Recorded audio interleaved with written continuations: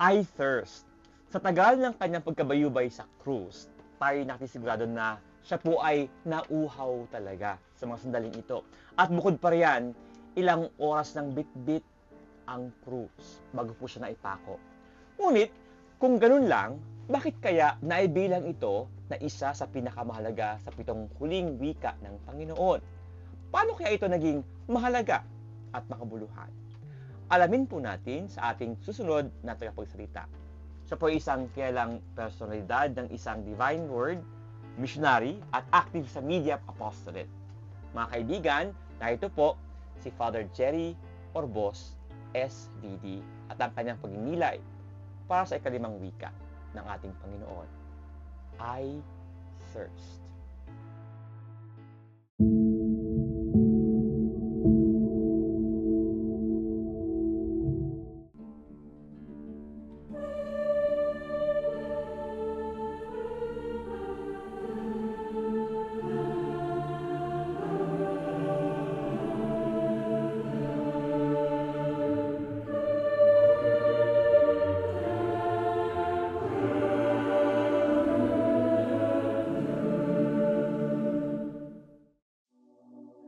A reading from the Holy Gospel according to St. John. Jesus knew that by now everything had been completed. And in order to make the scripture come true, he said, I am thirsty. The Gospel of the Lord. What a beautiful moment kung napapawi ang thirst natin. And how many of us are thirsty? Uhaw, sabik. This moment as I speak, mga kapatid, you know yourself. Alam mo ang kailangan mo. Alam mo yung talagang kailangan mo. Uhaw na uhaw ka. Have you ever experienced being thirsty? Ang hirap po. Pero marami sa atin po. Tell the Lord today, Lord, ito po ang talagang kulang sa buhay ko. It starts with a simple admission. Admission happens if you're humble. If today you hear His voice, harden not your heart. Magpakumbaba po tayo, Lord, with all my so-called money, power, achievements, you know, Lord, uhaw. There's something empty sa buhay ko. Mga kapatid, marami po sa atin para itong lata na wala ng laman. Okay? So today, sana sabihin mo, Lord, punuin po niyo ang aking puso. I need you. Problema lang po marami sa atin. You know why? Hindi mo na-recognize yung kailangan mo talaga si Lord. Kasi po marami sa atin ay ito, delata. Ang puso mo ay delata. Saradong sarado. May mga tao pong gano'n. Punong-puno sila ng sarili nila. Sarado, walang nakakapasok ng nakakalabas. So, self-contained. At ang daming preservatives. They preserve everything. Siyempre, ang buhay ng taong puso niya ay dilata. Ikaw ba yun? Nobody goes in, nobody goes out. Basta, wala na akong pakialam, pati sa Diyos na yan. It's all I, me, and myself. Siguro po, alam niyo kailangan natin? Ito po. Abrilata. Baka kailangan mo na ng abrilata, kapatid. Today, if you hear His voice, harden not your heart. Tell the Lord, Lord, open my heart. Open my heart to receive you. Patawad po sa kayabangan ko. Patawad po katapangan ko. Akala ko po, it's all about me. Kayang-kaya ko na lahat. Mga kapatid, please don't forget this. Lahat ng mga achievements natin are nothing compared to the love of God. Sisters and brothers, madalas po, we know we are thirsty, but still, we do not drink the right drink. Think about this po. Alam po niyo yung seawater? Tubig alat. Pag ikay nauuhaw, uminom ka ng seawater, kahit gaano kadaming iniinom ng seawater, uhaw ka pa rin. Hindi nawawala yung pagkauhaw mo. Lalo tuloy na. Nagiging nauuhaw ka. Maybe you're drinking the wrong water. Oh, yung mga panay pera na lang gusto nila. It does not stop. May 1 million ka na, oh, another million. Endless. And you are never satisfied. Today, like the Samaritan woman, sana masabi natin, Lord, give me that water, the living water. Not the water that keeps on, walang katapusan eh. The first thing to say today is, Lord, kailangan ko po kayo. If you just bow your head now, I don't know who you are, whatever you're going through. Let the Lord open your heart. Abrelata. And you say, Lord, I need you. I know I need you. At patawad po, Lord. Patawad sa kayabangan namin, katapangan namin. Patawad po sa mga kasinungalingan namin. Come, Holy Spirit, come. We need you. Kailangan po namin kayo.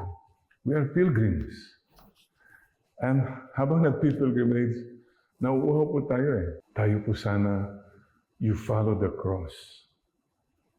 Ano man pinagdadaan mo, focus on the Lord, not on the load. Marami po sa atin kasi, nag-pilgrimage ka, you're walking to the Lord. Tinitignan ko palagi yung load of problems. Yung sickness mo mabigat, yung puso mo mabigat, ang dami kang load. Pati load ng cellphone mo, inaaburido mo. Hindi ka na tumitingin kay Lord eh. Focus on the Lord, not on the load. You'll be okay. And please don't forget, if you're thirsty, BTS. Korean boy band, more than that po. Believe, trust, surrender. All your thirst is gone because you know, I believe you love me, Lord. I trust that you will help me, Lord. And I surrender everything to you, Lord. Bahala na po kayo sa akin. Mga kapatid, please don't forget. Yung 4 na P, ito pong nagbibigay sa atin na walang katapusan na uhaw. Number 1 piece, pera. Yan na lang kasi ang gusto mo talaga eh. Wala ka nang pakialam sa Diyos, sa mga tao, basta pera. Sige lang. Wala nang kaibigan, wala nang pamilya. Wala na yung karakter. Pera. Second P, power. Hindi po nag-away-away. Ang dami mga politiko, nagpapatayo na lang, nagnanakaw lang, just to get that power, hold that power. Hold on to the family power. Another P, pride. Kapatid, alam mo mabigat sa buhay natin kung hindi tayo mapakumbaba. Think about it. Bakit ang gulo ng buhay mo? Siguro kailangan mag-adjust ka. Lower your pride. Ang taong mayabang, tinatamaan. Ang taong mapakumbaba, pinapagpala. By the way, for those who are always thirsty for power, please learn something I learned at 72 years old, as a 72-year-old. Sa journey natin, there are 3 steps we need to learn. The first step is learn to stop. May mga times, stop na, tama na. Yung masama, stop na yan. Yung galit mo, high blood ka, matapang ka, stop na. When will you stop? Palagi kasi abante-abante, matapang, no, stop na. Second step to learn, mga kapatid, step back. Okay, sige po, mauna na po kayo. If you learn to step back, you have a more peaceful life. Ang third step, step aside. Sige po. Then, living water comes. Yung nagpakumbaba ka, the Lord will pour much water into your empty heart. Pupunin na ni Lord yan ng loving, living water. Siguro yun lang po. Dapat maabrilata ka para yung empty lata napupuno na ng tunay na tubig, living water. Somebody said pala, how do you make holy water? Oh, well, somebody said, you get ordinary water and you boil the hell out of it. You have holy water. Kidding aside po. Ano po yung mga bagay na dapat tanggalin na natin? Sisters and brothers. And you know, for me, one of the most effective things is that sana, in our lives, we learn to empty ourselves. Self-emptying. Die empty. Sana when the time comes for us to leave this world, empty na Lord. I have emptied my time, my talents, and my treasures. Naipamigay ko na. Ang hirap po yung namatay. Ang dami ka pang ari-arian. Ang dami ka pang galit. Ang dami ka pang hindi nagawang kabutihan. Die empty. See, let it go. Let it flow. Because my God will give me living water. Sisters and brothers, this is the direction. We are pilgrims of hope, emptying ourselves as we walk, so that by the time we come to God, Lord, ready na po ako. Empty na po ako. I have shared my time, my talents, and treasures for you and for other people. Then, that is the most beautiful point in your life. There are two things, please don't forget. Habang naglalakbay po tayo, marami sa atin po, as I notice now, ang buhay nila, they're in the selfie mode. It's all about me. I, me, and myself. Two things you should not forget. Number one, the big picture. Excuse me po, sa big picture, maraming tao dyan. Hindi lang ikaw ang tao sa mundo. Sana you see the big picture. Ang mundo mo, pananaw mo, hindi lang sarili mo. Hindi lang pamilya mo. There's a big picture. Be involved. And the second thing, you don't forget, the final curtain. When you come face to face with God, ano ang sasabihin mo sa Kanya? Oh God, be merciful to me, a sinner. Ang aking pong panalangin, I'm a cancer survivor. Been 6 years. Thank God, I'm cancer-free by the grace of God. But my prayer is very simple po. Lord, may the rest of my life be the best of my life na. May I expire, but before I expire, may I inspire before I expire. May I leave this world, may my exit from this world be kind. Yung walang maraming drama, walang kind, just kind. And may my entry to eternity be light, magaan, at maliwanag na po. Sisters and brothers, if you think about it too, akala mo ikaw lang empty, akala mo ikaw lang uhaw, look around. Maraming mas naghihirap kaysa sa iyo. Maraming uhaw sa pag-ibig mo. Maraming uhaw sa attention mo. Kasi munsa, ikaw palagi, it's about me. I, me, and myself. Big picture, mga kapatid. Marami ka pang matutulungan. mission not yet accomplished. Yun lang po. Sana po, we are pilgrims of hope, filled with hope, sharing love as we go along, and come to God at the end and say, Lord, mission accomplished. Have mercy on me, O God. I am a sinner, but I know I am loved by you. Mahal po niyo ako, Panginoon. At sana masabi natin at the end of our lives, masabi mo rin kay Lord, Lord, alam po niyo, minahal ko rin kayo, Lord. I did my best to love you too. Lord, ang hirap mag-forgive, but because you told me to forgive, nag-forgive po ako. Ang hirap po magbahagi sa hirap ng buhay, pero you told me to love, so I was sharing my time, my talent. Kahit pa paano, Lord, minahal ko rin kita. At mga kapatid, masabi mo rin sana, nagmahal din ako ng kapwa ko. Ang prayer po natin, sana, at the end of our lives, we will have no regrets.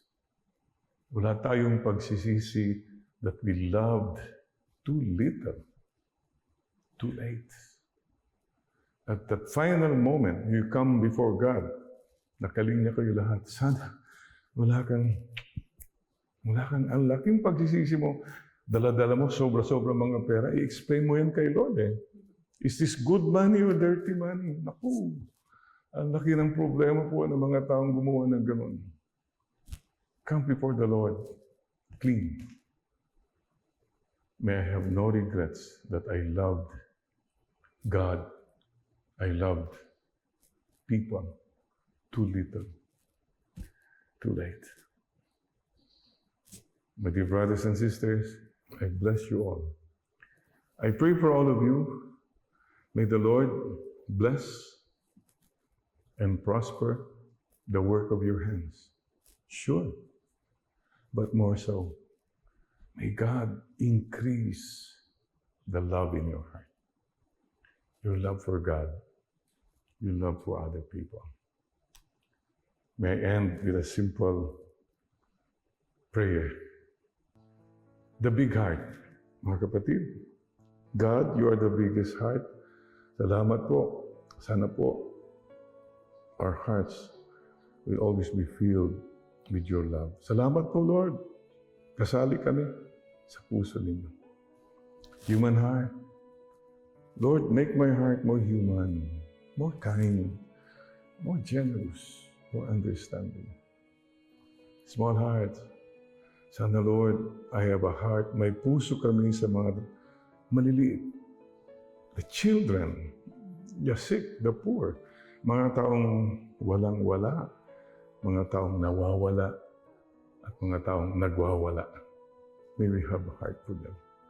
And finally, mga kapatid, don't forget to connect with people, heart to heart. So right now, you are watching, pwede po ba mag-heart to heart kayo? Yan, connect, heart to heart. So God bless you all. Mama Mary loves you. See you in heaven. That's the bottom line. What does it profit you and me? We gain the whole world and we lose our soul. In that kingdom, sana, where there are no more tears, no more pain, no more sadness, no more hunger and thirst, and no more goodbyes. Maraming salamat po. One with you as we journey to God's heart. Amen and amen.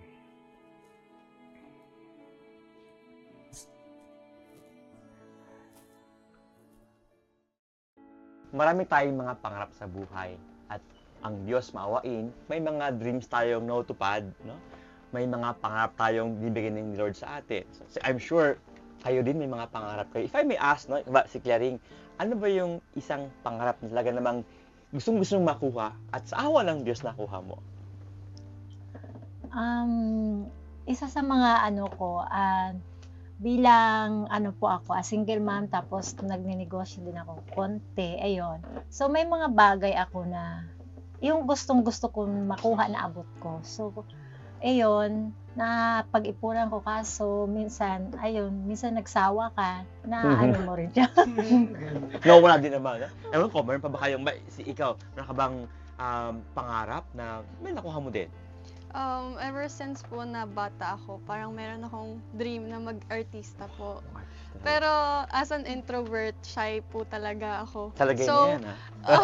ngayon lang po ako nagkaroon ng Yes. like confidence. Tapos yun po, like that time humingi po ako actually kay God ng sign. Na, parang nag-pandemic po nun, sabi ko, parang gusto ko mag-artista. Kasi nanonood lang po ako sa YouTube or what. And then, nahingi po ako sa kanya ng sign. And then, may nag-contact na po sa akin na tinanong po kung gusto ko po mag-artista. Tapos sabi ko, Nakuha naman sa'yo, nakuha yes mo po, naman. po ako. Salamat sa Diyos. No? Salamat sa Diyos. Pero, alam niyo, ewan ko, ikaw, si Levi, may pangarap din si Levi ng Okay, actually, una pong pangarap ko talaga ang course ito maritime. maritime. Kasi Marino. last time po kasi, criminology. Criminology. Sa kita po ng mga marine na uniform, sabi ko sana, makapag-ship ako, di ako mahirapan. So, pinag-check ako siya, like talaga siya. Ang gastos, tapos ang daming requirements. Nung nakuha ko na yung course na to, parang nagsisisi na ako. Grabe. Gusto ko pa ba mag-marino? Nakuha ko naman yung gusto ko. Sige, parang ayoko na. Totoo, ganyan naman talaga tayo. Marami tayo yung pangarap, gusto makuha. That finally, may awa ang Diyos, no? Siya, no? Na you get to achieve it. Yun nga lang, tanong, hanggang kailan ka mapaligaya ng bagay na ito, no? Tayo may uhaw, may pangarap, may gustong makuha. Pero, you only to realize, pag makuha mo, ay, sawa na ako. Oh, ay, ayoko pala. Ay, hindi ko pala gusto, no? Pwede na bang change plan tayo, no? So, minsan ng ating pong buhay, araw-araw, we have that drive na makuha yung pangarap na ito. Pero, minsan, pag nakuha mo naman, yun na yun. Yun na yun. Ito na yun, ano? I'm not saying na, huwag na kayong mangarap. No? In fact, magandang ipangarap, mayroong direksyon, mayroong uhaw. Pero magandang isipin na mismo si Lord, may uhaw din pala. And He is thirsting, sabi nga ni Father Jerry, tayo, no? He is thirsting for us, for our love, for our response. Yung uhaw mo ay hindi kaya mapunuan ng bagay sa mundo na temporary lang yan. Yeah, dito lang yan. Pero pag ang pupuno sa'yo ay yung walang hanggang Diyos, ibang usapan na to. Yung iyong walang hanggang uhaw, ang pupuno ang walang hanggang Diyos. May the desires of our heart be God's desires for us too. Because only then will we find that peace of heart. As pilgrims of hope, may we lead others to this kind of desire as well.